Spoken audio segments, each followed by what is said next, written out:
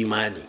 Kenan in babu tsarkin zuciya imani bai ba, in babu tsarkin zuciya musulunci bai ba. To daga nan ne zaka gane gaskiya Allah da ya ce wa ma umiru illa liya'budullaha mukhlisina lahuddin. Yanzu wannan ayar ba ta zo da magana ibada bane kadai, ta zo da ma'ana ikhlasi ne.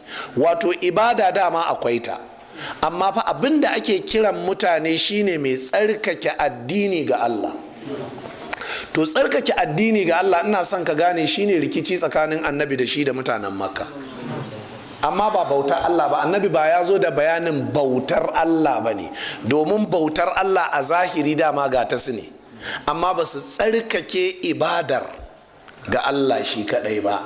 Shi yasa da ya zo ya ce la ilaha illallah sai suka yi mai yastakbiru, sai suka fara girman ka. Wa yaquluna a inna la tariku alihatina li sha'irin majnun. Yanzu sai mu bar allolinmu saboda wani mahaukacin mawaki? Menene ma'anar la ilaha illallah?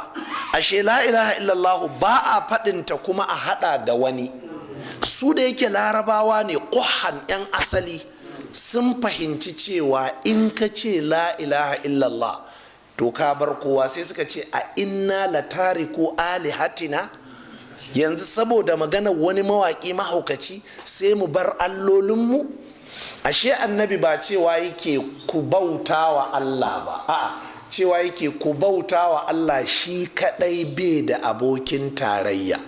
To su kuma suna tarayyar ne.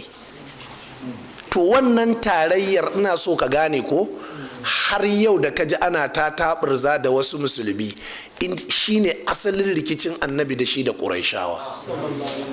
Sai mutum ya ce ina sallah ina cewa